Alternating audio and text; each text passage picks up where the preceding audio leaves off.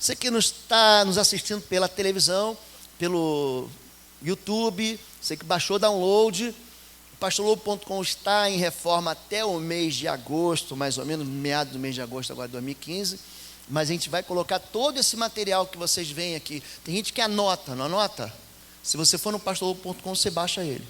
Baixa o PDF, baixa o PowerPoint, baixa MP3, baixa em vídeo. Eu tenho, o nosso vídeo trabalha junto com o canal do Trisoline. São 1 milhão de visualizações, não é isso? 1 milhão de horas. 1 milhão de horas de visualização lá no canal do Trisoline. É assim mesmo, Trisoline com 2 E's. ZZLINI, não é isso? Isso aí, tá bom? Gente, vamos lá? Feche seus olhos mais uma vez. Queria que você fizesse uma oração assim. E pedisse para que Deus tirasse toda a interferência e tudo aquilo que impede você, ou seja, distração, para você entender a palavra de Deus hoje. Senhor meu Deus, a palavra é tua, a igreja é tua, as pessoas são tuas, são ovelhas do teu pasto, o pasto é teu, a palavra que vai ser ministrada é todinha tua. Eu quero pedir para o Senhor o coração, a mente, o entendimento de cada uma dessas pessoas, cativas em obediência a Cristo Jesus.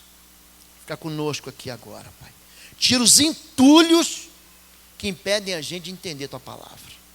Me dá simplicidade, graça, sabedoria para ensinar o teu povo essa noite, em nome de Jesus. Amém. Amém, gente? Então, milagres da porção dobrada. Sucedeu que, havendo eles passado, Elias disse a Eliseu: pede-me o que queres que te faça, antes que seja tomado de ti. E disse Eliseu: peço-te que haja porção dobrada do teu espírito sobre mim. Segundo o livro de Reis, capítulo 2, verso 9, é o início do ministério de Elias aqui. Elias, ele sabe muito bem que ele não vai fazer nada se não for pelo Espírito. É tolice você achar que você, com conhecimento bíblico apenas, com teologia apenas, com uma boa dicção, uma fala clara, um domínio da plataforma, da audiência, você vai levar alguém para Jesus e fazer alguma coisa para Deus. Você não vai fazer nada para Deus. Porque o reino de Deus, ele não vem de uma maneira que você enxerga. Ele vai estar dentro de vós. Ou seja, o reino de Deus é espiritual. Então não adianta você imaginar que você vai convencer alguém: eu vou chegar lá, vou levar aquele cara para Jesus. Não vai não. Isso é obra do Espírito Santo. Você não é o Espírito Santo, você é a gente. Então, Elias, ele recebe, ele está calado. Eliseu não pede nada. Quem fala é Elias. Aí, o que você quer? Pede que eu vou te dar. E ele fala o seguinte: eu quero a porção dobrada que há do Espírito que há sobre ti, eu quero sobre mim. A porção dobrada, gente, é um direito do judeu, chama-se direito de primogenitura. Lembra aquele direito que Esaú vendeu por um prato de lentilha para Jacó? Direito de primogenitura, era a porção dobrada. Então tudo aquilo que o pai tem, ele dá em dobro para o filho mais velho, para o primogênito. Ninguém entende isso. Por exemplo, por que o irmão mais velho do filho pródigo fica com tanta raiva dele? Porque Deus reparte a fazenda. Metade da fortuna da família dá para o filho mais novo que vai embora. Quando o filho mais novo volta e desperdiçou, segundo palavras do filho mais velho, esse teu filho desperdiçou com prostitutas, é isso que ele diz? Ele desperdiçou a minha porção. Só mandou ainda matar o bezerro cevado, e eu não como nem um cabritinho, quer dizer, só mandou tirar a picanha que estava guardada na geladeira, eu não como nem salsicha. É mais ou menos isso. A porção dobrada é um direito, não é de qualquer um, é do filho primogênito. Ele pede uma herança, isso, de filho papai, vamos dizer assim. E esse direito de primogenitura, essa unção que vem sobre ele, vai construir assim, ele vai deixar um rastro, Eliseu, de 20 milagres extraordinários. Extraordinários. E esse que nós vamos ver é o segundo milagre, porque o primeiro foi quando o Jordão se abriu. O Jordão se abre para ele passar. Então, a gente já viu há 2 semanas atrás, eu quero só fazer uma pequena revisão. O que é um milagre, gente? É um ato intencional, inconfundivelmente claro de que Deus agiu no nosso mundo. Você fala assim, foi um milagre. Um milagre. Você sabe que aquilo é uma violação das leis naturais. Naturalmente, aquilo não poderia acontecer, mas Deus agiu, interferiu. É um acontecimento que contradiz uma regra natural da lei, de uma lei. É uma interferência de Deus em favor ou contra alguém, contra o povo ou contra a humanidade. Vocês já viram o milagre? Gente, havia chovido sobre a face da terra? Não. Aí quando chove, foi um milagre. Você pega, quando você começa a estudar, e você vê a história do dilúvio de Noé, não havia chovido. Hoje choveu hoje, por exemplo, aqui em Curitiba choveu hoje. Aí não é mais milagre, é fenômeno, que acontece toda hora, é um fenômeno meteorológico. Agora, milagre não acontece toda hora. Quando você olha e fala assim, foi um milagre. Foi um milagre. Eventos extraordinários causados por Deus com uma mensagem. Quando Jesus, o livro de João é interessante, o Evangelho de João só tem 7 milagres, sabia disso? Quem não sabia disso, levanta a mão. Livro de João, quem não sabia, levanta a mão. Agora para baixar que você já sabe. Livro de João, são 7 milagres, e todos os milagres, Jesus conta quem ele é, eu sou. Ele multiplica o pão, diz, eu sou o pão da vida. Ele dá vista ao cego e diz, eu sou a luz do mundo. Ele está tratando com Lázaro morto, ressuscita o morto, diz, eu sou a ressurreição e a vida. Então, toda vez que Jesus faz um milagre, esse milagre diz assim, ó, Deus está nesse negócio aqui. Então, eles trazem consigo a reboque uma história, está comunicando alguma coisa, e é uma ação sobrenatural que revela essa identidade de Deus. Agora, quando a gente fala de unção, de receber de Deus o milagre, as pessoas que recebem isso, eu quero assim detalhar a vida desse homem chamado Eliseu, porque eles deixam tudo para trás. Partiu, pois, Elias dali, achou Eliseu, filho de Safate, que andava lavrando com 12 juntas de bois adiante dele, e ele estava com a 12ª. Elias passou por ele e lançou o seu manto sobre ele. Preste atenção nisso. Lançou o manto sobre ele.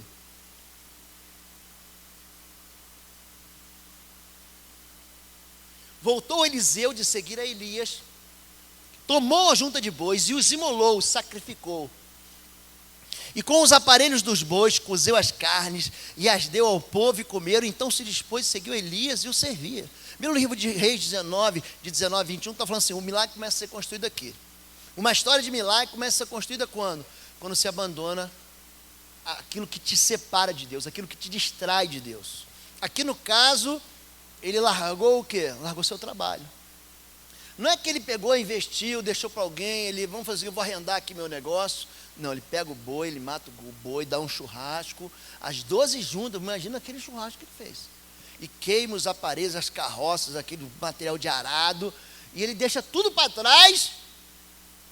E aí ele fala assim, quando você segue a Jesus de verdade, um milagre acontece na sua vida. Quando você escolhe dizer assim, não, Deus agora é Deus na minha vida. Isso vai se repetindo. Agora, o que significa lançar o manto sobre? O manto também é numa expressão do direito de primogenitura. José, filho de Jacó, o pai dele fez para ele o quê? Uma capa, um manto colorido. Vocês lembram disso? Vocês lembram disso? Aquele manto era direito do filho mais velho, Rúben. Só que Jacó não considerava Rúben mais, porque Rúben tinha pecado, Simeão tinha feito uma lambança com Siquém, ele tinha se juntado com Levi para fazer maldade com os outros, os filhos vão tropeçando, o próprio Judá, então no final só sobra o último, o caçula. Então o pai falou assim, ó, o direito de primogenitura é teu. Você vê que os filhos, toda a confusão acontece por causa de dinheiro. Eles matam o garoto, ou tentaram matar, venderam o menino para uma caravana de midianitas por dinheiro, por umas moedas de prata. Eles trouxeram maldição sobre a vida deles, eles depois vão ser castigados, não apenas com a fome, mas com a culpa. A capa, essa questão da capa, ela se repete na Bíblia. Quando, por exemplo, Deus dá autoridade para o rei Saul, e o rei Saul desobedece, se rebela 1, 2, 3 vezes, e aí o profeta vem falar para ele, de Samuel, disse: olha, agiste neciamente, você agiu tolamente, você foi, a palavra seria, assim, traduzindo assim da maneira menos dura, você foi burro. É isso que ele falou, você foi estúpido. Então, quando aquele profeta sai da presença, ele segura no manto de Samuel e rasga o manto, rasga a capa. Ele fala assim: assim como essa capa rasgou, assim o Senhor rasgou de ti o teu reino e deu para outro. É um símbolo. Por isso que é importante você estar atento a esses símbolos dentro das Escrituras. Gente que deixa tudo para trás, gente que não volta mais atrás. E Jesus disse: ninguém que lança a mão do arado e olha para trás é apto para o reino de Deus. Lucas 9:62. Na região ali do Mar Morto, você visita lá o sul do Mar Morto, você vê aquela região das pedras de sal. E alguns dizem que uma daquelas pedras são colunas de sal, que você vê assim, muito evidentes. Fala assim: isso aqui é uma dessas aqui é a mulher de Ló, que olhou para trás e ficou torcida. Você conhece a história dela lá de Gênesis capítulo 19. E Pedro começou a dizer: eis que nós tudo deixamos e te seguimos, Marcos 10:28. Mas o justo viverá da fé, e se ele recuar, a minha alma não tem prazer nele. Hebreus 10:28. Tem um negócio que eu acho que irrita a Deus, esse negócio da pessoa ser de Deus e não ser de Deus. Ele vai e volta, gente de ânimo dobre, gente que cocheia entre dois caminhos, entre dois pensamentos. Às vezes é de Deus, às vezes não é de Deus, às vezes é santo, às vezes é impuro, às vezes está na bênção, às vezes está na maldição. Isso é um negócio que Deus quer? Deus quer que a gente, eu vou tropeçar, mas eu chego lá até que seja me arrastando, mas para trás eu não recuo. O carro do crente que entrega a vida a Jesus não tem marcha ré, meu. Não tem isso. Eu tinha um amigo que falava assim para mim, a gente, num treinamento de combate, com carro de combate, você imagina, a gente com fuzil, de um lado, dentro de toca, e os caras do outro lado com carro de combate. Você sabe, minha irmã, que o exército brasileiro não tem tanque, né? Tanque é para lavar louça, roupa. Tanque é na sua casa, carro de combate, que o Eco Bravo tem. E a gente fazia um treinamento com o pessoal do Exército, Força Aérea e Exército, e a gente com fuzil, eles com carro de combate. Aí o comandante falou assim: eu não quero ver ninguém recuando. Aí um engraçadinho falou: não, a gente não recua não, a gente dá meia volta e avança. Como quem diz. Mas isso não agrada a Deus. Isso não agrada a Deus. Agora, quando você quer alcançar um milagre, você tem que queimar, destruir as pontes com o passado de fracasso. Quando os sacerdotes que carregavam a arca da aliança do Senhor saíram do Jordão, mal tinha posto os pés em terra seca, as águas do Jordão voltaram ao seu lugar e cobriram como antes as suas margens. Josué 4:18. O povo de Israel fica 40 anos na derrota. Pensa um povo que viveu no deserto, gente. 40 anos, uma geração inteira morreu ali no deserto. Agora, quando o povo de Deus vai entrar na terra da promessa, você imagina que daqui para trás é o deserto, e dali da escada para frente é a terra da promessa. Então, não fique pensando que era um riachozinho. Rio Jordão é caudaloso. Tem na sua parte ali de frente a Jericó, que foi onde eles passaram, de profundidade tem 13 metros. Gente. Não tem jeito. Naquele tempo não tinha bote salva-vida, não tinha boia, não tinha nada disso. O povo está vindo do deserto. Então, as águas se secam e eles atravessam, muito semelhantemente ao milagre do Mar Vermelho, do Mar dos Juncos. E eles atravessam, mas depois que todo o povo atravessa, o rio se fecha, como quem diz assim: agora você não volta mais. Você está comigo, agora está comigo. Não quero mais que você volte para o Egito, não quero mais que você volte para a tua vida velha, eu não quero mais que você fique cambaleando e querendo voltar lá para trás. Aliás, gente, tem muita gente que gosta de voltar para trás. Muita gente. Tem muita gente que se separa do inimigo e volta apaixonado pelo inimigo. É um negócio de doido. Agora, em agosto, se cumpre ao aniversário de um episódio muito triste que originou uma figura dentro da psicologia que chama-se Síndrome de Estocolmo. Quem já ouviu falar sobre isso? Levanta a mão. Algumas pessoas já ouviram falar sobre isso. Então aconteceu aonde? Logicamente que foi em Estocolmo que aconteceu isso. Então um banco lá fazendo seus negócios, com pessoas, com clientes e com os seus caixas e gerentes. Aí entraram os bandidos, anunciaram o assalto, e durante 6 dias, gente, eles mantiveram, depois dos relatos da polícia técnica, aqueles presos, aqueles cativos, aqueles sequestrados, aqueles aprisionados, com dispositivos, com bombas, com dinamite presos ao seu corpo. Durante 6 dias eles foram abusados psicologicamente, foram massacrados, mas isso criou entre eles, de alguma maneira, um laço de afetividade maligno. E o que aconteceu depois daqueles 6 dias de tanta agressão? Aquelas pessoas que foram presas ali e cativas, criaram uma paixão por aqueles que fazem mal a ele. Eu era aspirante.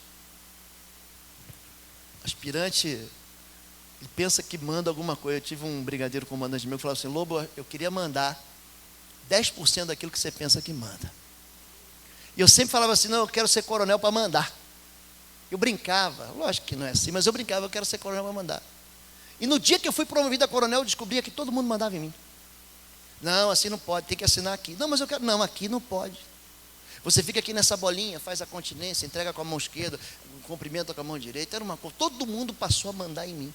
Eu já não tinha mais controle de nada. Mas quando eu era aspirante, eu recebi uma denúncia de uma agressão dentro de uma casa, e eu fui lá, peguei a patrulha, fomos juntos, e cheguei lá, a moça que me atendeu, toda descabelada, com suor, com sangue na cara, e eu entrei, perguntei o que aconteceu, eu disse: não, foi meu esposo, assim, assado, e eu falei: então vamos lá, nós vamos entrar, eu quero averiguar, se for o caso, nós vamos até levar ele preso. Naquele tempo não tinha esse negócio de lei Maria da Penha.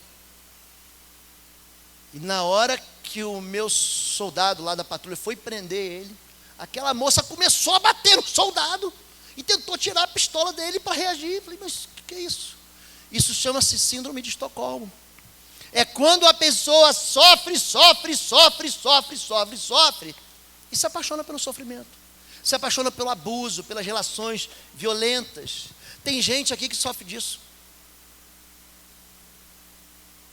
Tem gente que viveu assim a vida inteira e sofre disso, gosta do deserto.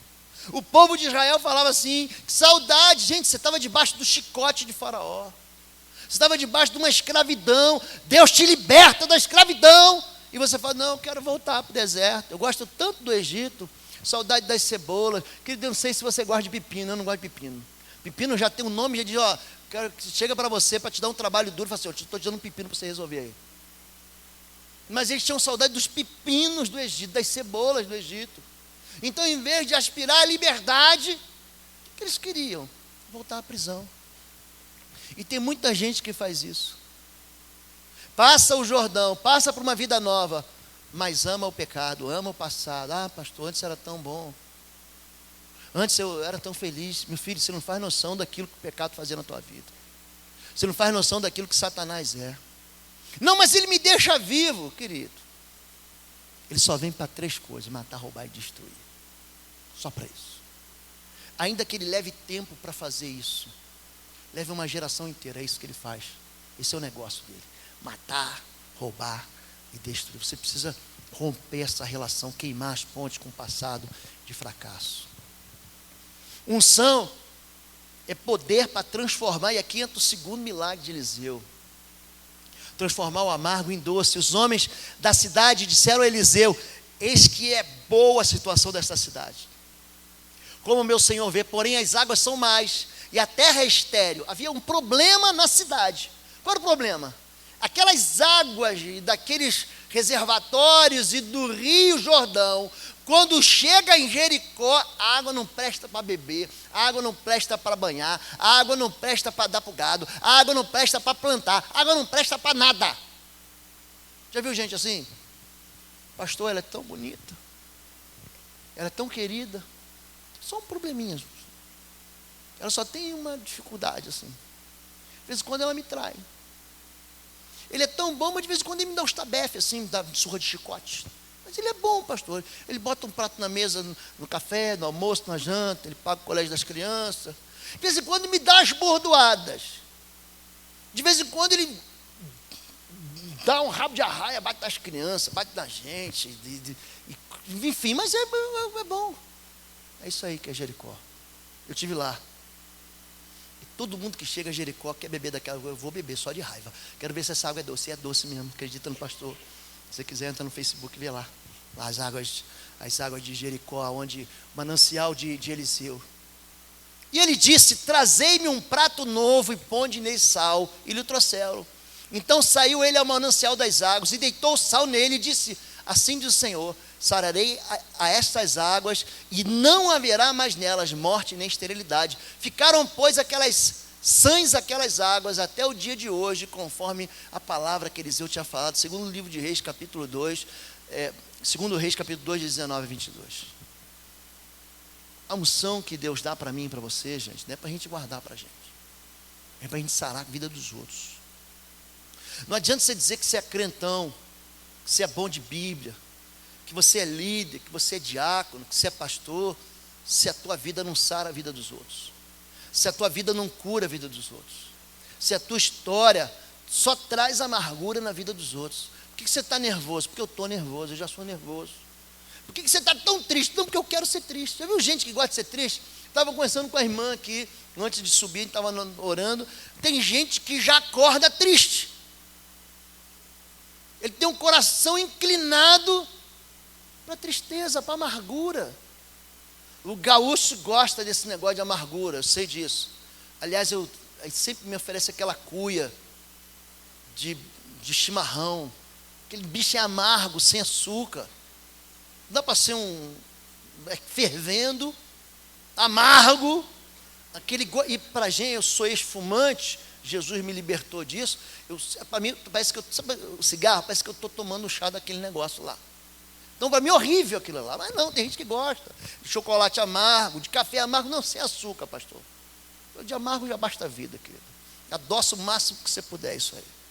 Entendeu? Se tiver um refrigerante dentro da cuia de chimarrão, você me oferece. Gelado de preferência, que a gente toma. Então, tem gente que vive na amargura. Pastor, ele é legal, mas é chato, pastor. Ele é ranzinza, pão duro, uma pereba na minha vida. Você já viu isso? Ela é querida, pastor. Linda, moça é linda, mas pastor, vai conversar com ela. Ela é um ouriço, espeta todo mundo. Machuca, está sempre dando um safanão, está sempre dando uma espetada, está sempre reclamando, tem sempre uma palavra de crítica, ela sempre tem razão. Misericórdia. Amarga.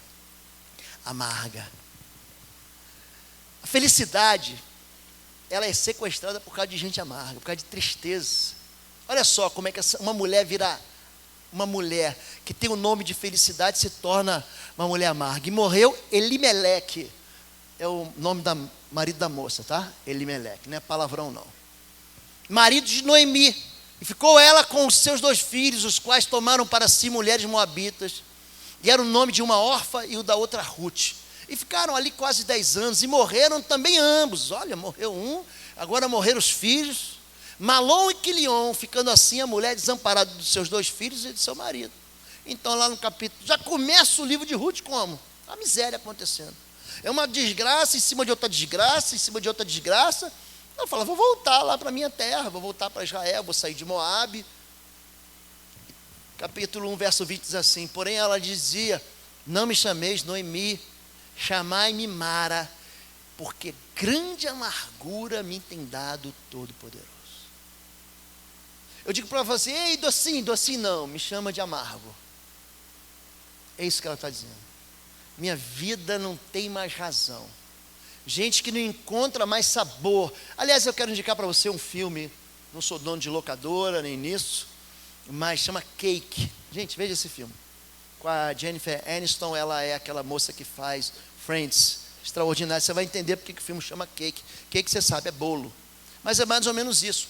A vida da moça, não vou dar spoiler não, tá bom? Mas a vida da moça é uma miséria. Até que ela come um bolo e ela fala assim: era esse sabor, é esse gosto que eu queria sentir de novo. Gente amarga que precisa de novo sentir doçura. Gente triste precisa de novo se alegrar. E aí a gente vai dar uma receita, porque a amargura tem fonte, tendo cuidado de que ninguém se prive da graça de Deus e de que nenhuma raiz de amargura brotando vos perturbe, por ela muito se contamine. Hebreus 12:15. Se você tiver um chefe amargo, você vai entender isso. Pai amargo, crianças, entra para o quarto que o papai chegou. Outro dia eu estava, não vou nem falar, você conhece, por exemplo, como é que está o humor da sua esposa, aquele sapato entrando de casa, toque, toque, toque, toque. Você sabe disso, meu irmão. Você conhece isso. Você fala, a coisa não está boa hoje, deve ser aqueles dias de TPM, deve ser aqueles dias difíceis para a moça. Você sabe que teu filho, a tua filha, tem um dia de amargura. Agora o problema é quando a pessoa só é amarga. Aí você quer assim manipular e tentar agradar ela de alguma maneira, porque você já sabe, meu amor, o café está pronto, as crianças já tomaram banho, e a casa pegou fogo, né? Os filhos nadaram no banheiro. Minha filha tinha um negócio engraçado, ela pequenininha, sempre gostou muito de água. Ela entrava no banheiro escondida para brincar, levantava a tampa do sanitário, segurei, meu irmão. Tchá, tchá, tchá, tchá, tchá, tchá, tchá, tchá, tchá. Gente, era uma loucura. Banho de álcool e criolina era de menos para desinfetar o bicho. E tem aqueles dias que a esposa está ruim mesmo, e tem outros dias que quem está mal é o marido. Mas tem gente que é sempre assim. Até para você resolver uma questão, despachar um documento, senão hoje não é um dia bom para ele. Tem que esperar ele entrar sorrindo. Às vezes, melhor momento, tem um momento específico assim, deixa aqui mais tarde, deixa aqui mais cedo. Você já conhece mais ou menos quando você vai receber o sim, e que sempre você vai receber não das outras vezes. É gente assim. A amargura tem fonte, ela é provocada. Pode passar. Eu vos introduzi numa terra fértil, para comer do seu fruto e o seu bem. Mas quando nela entrastes, contaminaste a terra, e da minha herança fizeste uma abominação.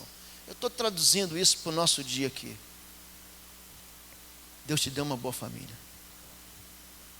Deus te deu filhos com saúde. Deus te deu um bom trabalho. Deus te deu energia para você trabalhar.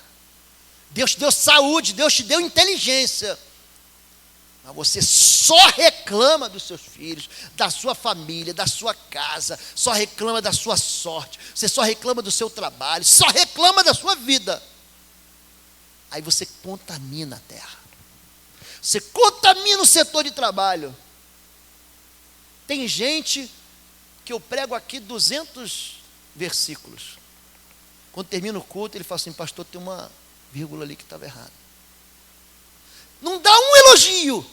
Pô, pastor, que trabalho bem feito. O senhor debruçou aí, pesquisou, orou, estava na unção. Mas não, ele fala que teve um problema. O senhor falou um negócio ali que atravessou a teologia ali, pastor. Gente amarga. Gente que não vê, é fonte de tristeza. Você não quer ficar perto desse. Você quer ficar perto de gente assim, gente? Você adoece. Você vai cativo junto com a tristeza dela. Teve um ano, sem ser essa Copa do Mundo que passou a outra, eu pegava o meu filho cedo, levava ele para o colégio, voltava, trocava de roupa e ia para o trabalho. Bem cedo aí tinha uma rádio aí que eu não vou dizer qual é, mas o sujeito só reclamava do técnico da seleção, do Dunga, que ele não deixa trabalhar. Pensa numa amargura. Mas reclamou. Eu já chegava irritado, de manhã cedo eu já estava irritado. Por quê? Porque aquilo que sai da boca da gente, volta um, por favor, mais um. contamina. Voltar que eu disse. Esse aí, olha de baixo aqui. Como fonte turvada e manancial poluído, assim é o justo que cede ao ímpio. Provérbios 25, 26. Você mesmo vai se contaminando com toda aquela amargura, com toda aquela tristeza, com toda aquela violência de palavra. E no final alguém vem chegar perto de você, você já está dando um coice nele. Por quê? Porque isso invade a vida da gente. Agora passa, e passa mais um. Aí.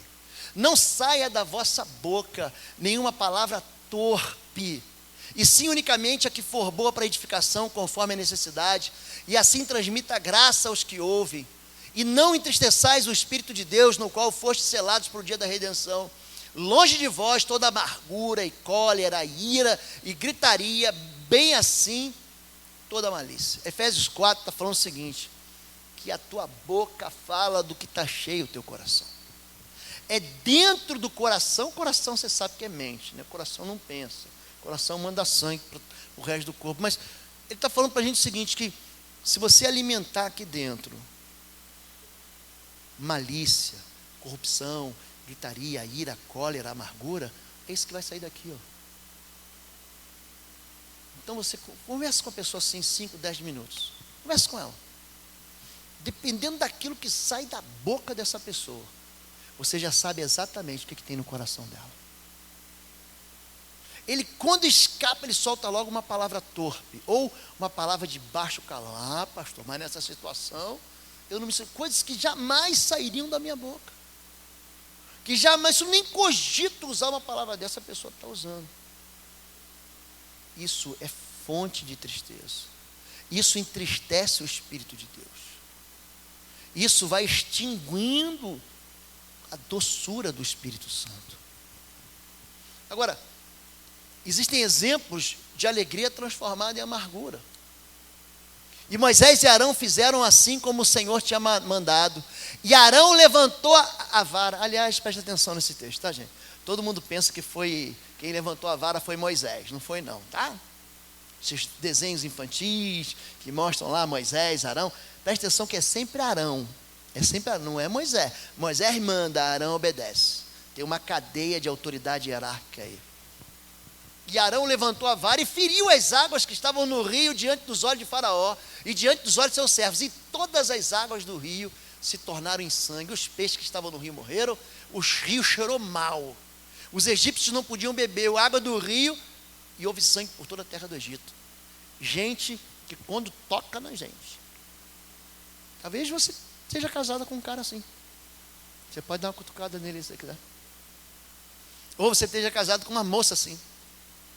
Ou você seja um filho assim. Ou você seja um pai, uma mãe assim. Quando toca, cheira mal. Cheira mal. Traz amargura. Jesus faz ao contrário. Jesus diz, eu sou maior do que Abraão. Jesus é aquele que vem para dizer, olha, lembra de Moisés? Eu sou o cara. Pode passar.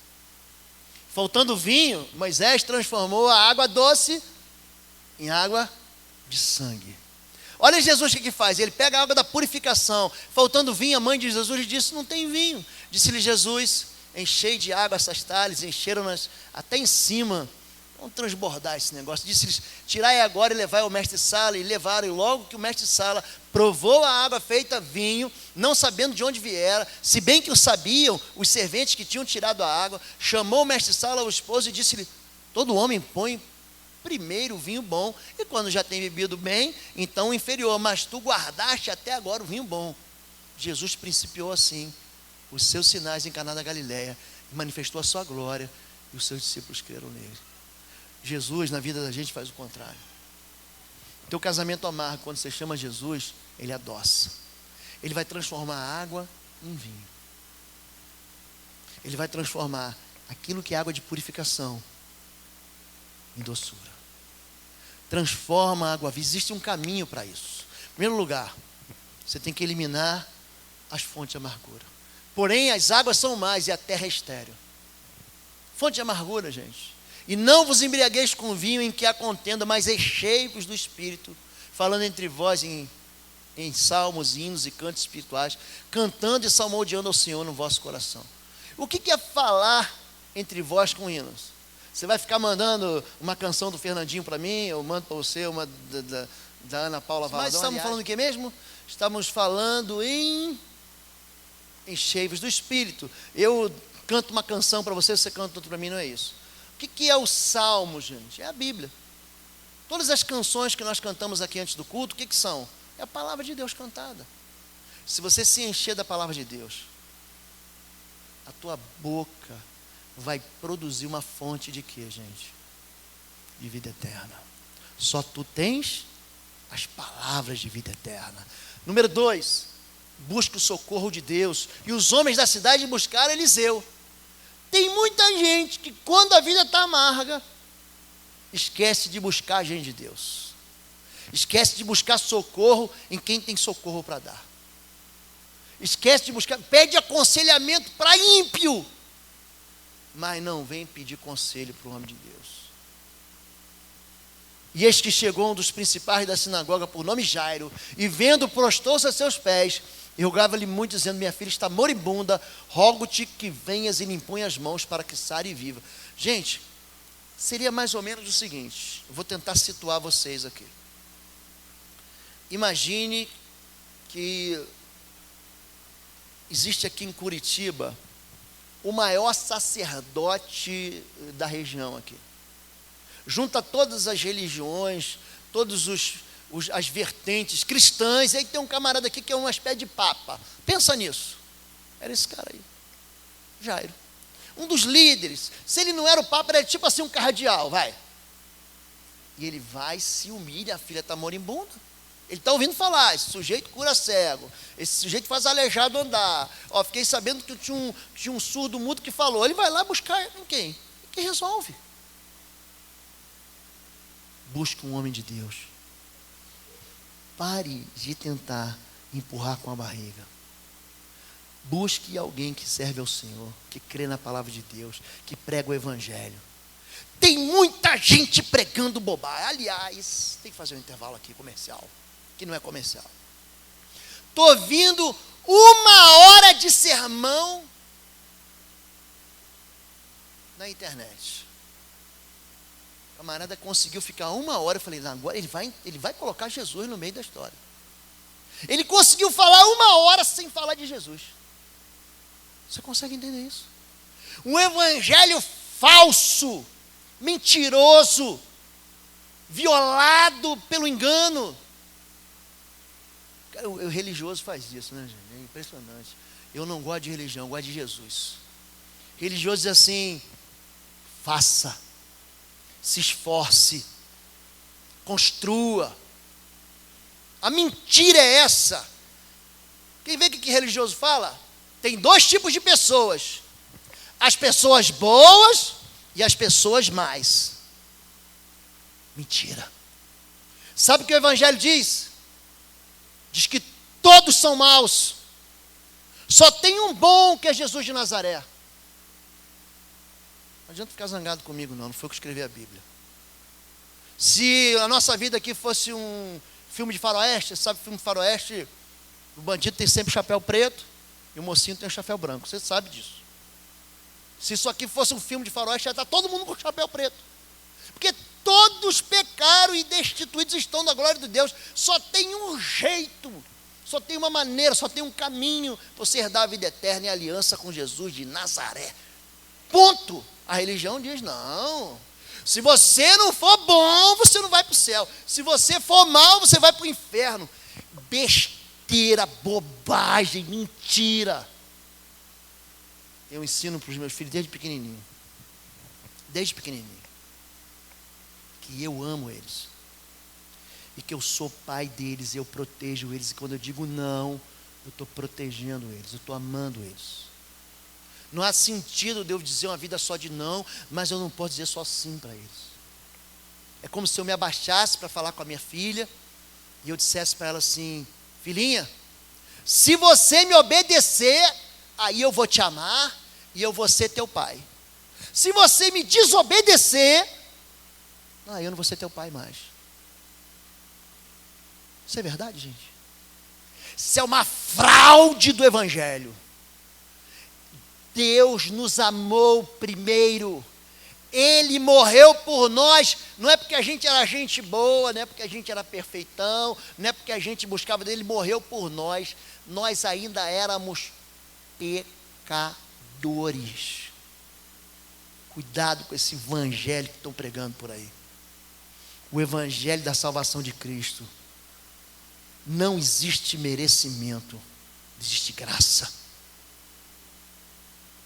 Quando eu tinha aniversário de 13 anos, eu nunca vou esquecer, que eu faço aniversário dia 13, e era 13 anos, eu estava me preparando para aquela festa, vieram os amigos, uns primos de longe, e eu morei a minha vida toda num bairro na Ilha do Governador, de frente para a praia. Eu estava assim na beira da praia, e meu pai me chamou, falou alguma coisa, vem me ajudar, e eu dei uma resposta mal criada para ele na frente dos meus amigos. Falei, o quê? Entra agora. Falei, pronto, acabou meu aniversário. Sabe a diferença entre misericórdia e graça, querido? Sabe qual é a diferença? Misericórdia é eu não ter tomado a surra que eu merecia. Isso é misericórdia. Misericórdia é você não receber o castigo que você deve receber pelas bobagens que você faz. E graça é você receber um presente que você também não merecia. Ganhei a festa, ganhei o presente, graça. Não ganhei a surra, misericórdia. Mas esse é o evangelho de Jesus. Vamos continuar, que era só intervalo. Número 3. Trate a morte no seu nascedouro. Então ele saiu do manancial, manancial das águas.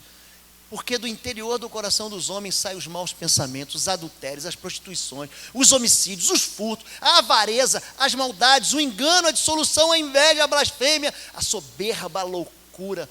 Todos esses males procedem de dentro e contaminam o homem. Marcos 7. Aqui está tendo uma conversa, porque os discípulos não lavaram as mãos. É gente que acha que aquilo que você come vai te purificar. Até hoje você vai em Israel, tem isso. Hoje você vai para Israel, a gente come porque nós sentimos prazer. Eles comem para purificação. É a uva, é o trigo, é a cevada, é a tâmara, é a azeitona. Tudo isso é comido para quê? Para purificação. Verdade isso, gente? O que mata não entra aqui. O que mata é o que sai. É isso que ele está dizendo. É de dentro do homem que sai o pecado. Você pode deixar de comer todo tipo de comida. Começa a comer só salada, para ver se tu vai ficar mais santo. Começa. Você vai ficar mais magro, mais saudável. Isso vai ficar. Agora, santo, o teu ódio, o teu desejo de vingança, o teu desejo de controlar a tua casa, a tua percepção de ser melhor que todo mundo, isso não vai passar, não. É só comida, gente. Comida entra pela boca e desce pelo ventre, você sabe, né? E depois você dá descarga. Como é que você vai na fonte? Pode passar. Pode passar. É esse texto que eu quero. Eu quero que Jesus, ele exemplifica, ele continua em Marcos 7. Preste atenção disso. E trouxeram-lhe um surdo que falava dificilmente. E rogaram-lhe que pusesse a mão sobre ele. E tirando-o à parte, de dentre as multidão, pôs-lhe os dedos nos ouvidos e cuspindo. Deu uma escarrada assim, ó. Pensa nisso. Jesus deu uma cuspida assim, ó. E tocou a língua. Assim, um beijo de língua por tabela. Seria isso aí. E levantando os olhos aos céus, suspirou e disse: Efatá, isto é, abre-te. E logo se abriu os ouvidos e a prisão da língua se desfez e falava perfeitamente. Vamos encerrar aqui. Preste atenção nesse texto, gente. As pessoas trouxeram. Jesus, ele cura. Então o que a gente faz? Vamos levar essa pessoa até Jesus. Só que quando Jesus encontra essa pessoa, a primeira coisa que ela faz, por que a pessoa fala mal? Porque ela não ouve bem. Ele era surdo. Tem uma versão que diz que ele era gago. Gago. Você sabe que o sujeito gago, ele é inteligente demais, sabia disso? A mente dele pensa mais rápido do que ele consegue falar. Então, quando você for contratar alguém, viu que o sujeito é gago, contrata esse cara. Esse cara é bom. A mente dele anda numa velocidade que a língua dele não consegue acompanhar. Ele não consegue, sincronizar o que ele pensa com o que ele fala.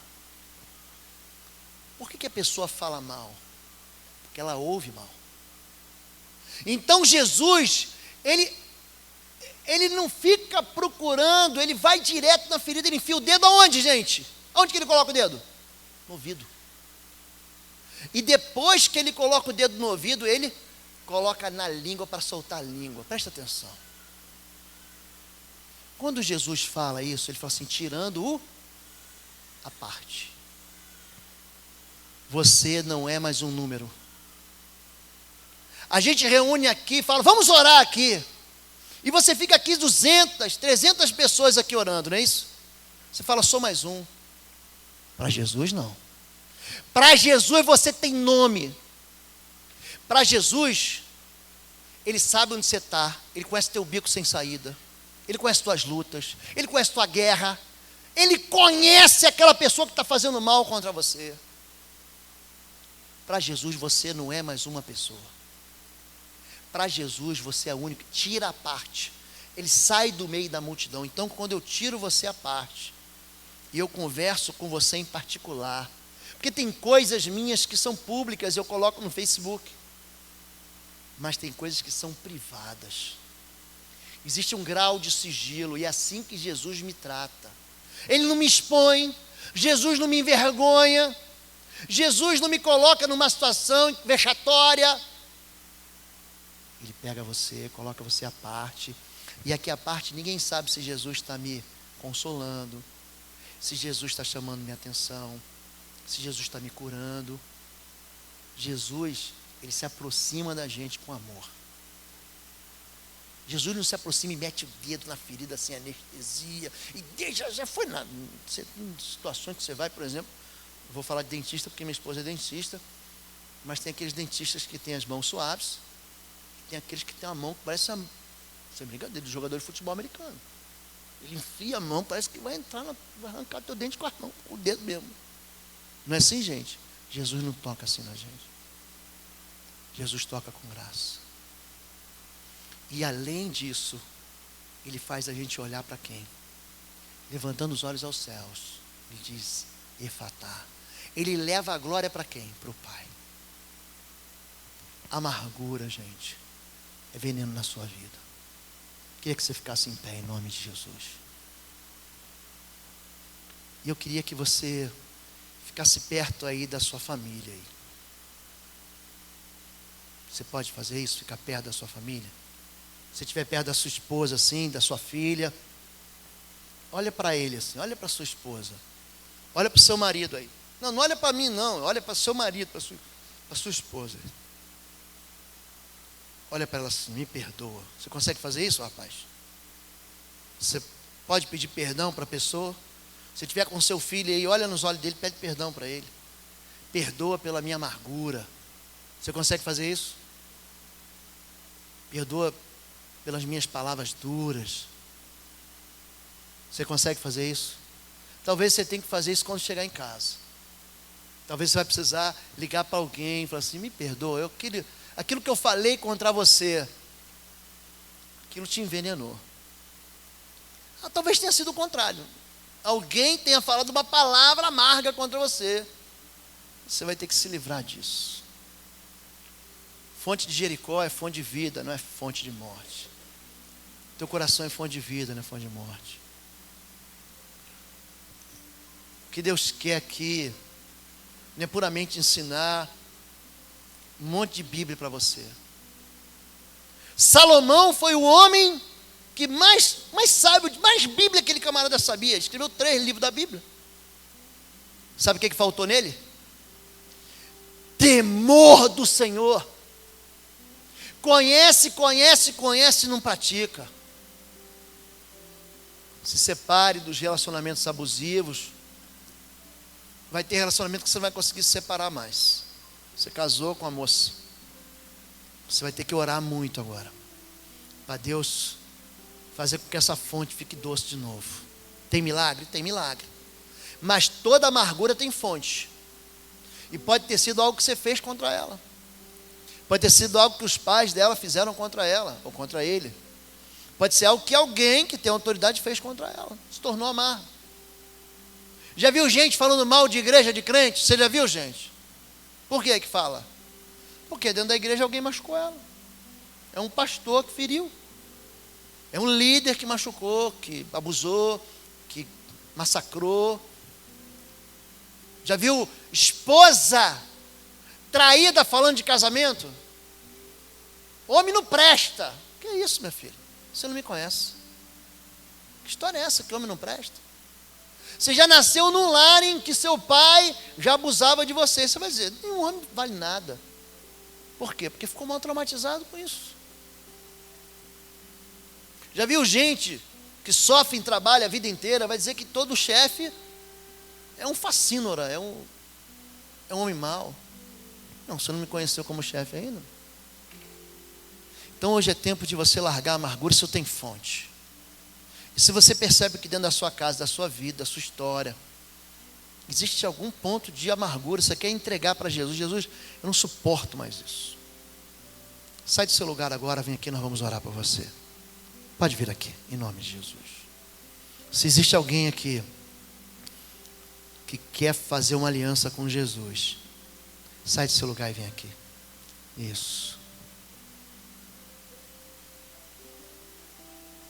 Se você está vivendo num ambiente de profunda tristeza e amargura, sai do seu lugar e vem aqui. Se você precisa pedir perdão para alguém que não está aqui, sai do seu lugar e vem aqui. Se você precisa perdoar alguém que não está aqui, sai do seu lugar e vem aqui. Se a palavra em algum momento tocou no seu coração, sai do seu lugar e vem até aqui. Isso, vamos orar? Vou esperar você vir, tá bom? Vou esperar. Feche seus olhos. Pai, no nome do teu filho Jesus, nós reconhecemos aqui que muitas vezes somos mergulhados em relacionamentos, em histórias, ou numa vida em que nós não conseguimos desconstruir ou derrubar as pontes que nos ligam a um passado de derrota, de fracasso, de tristeza, de dor.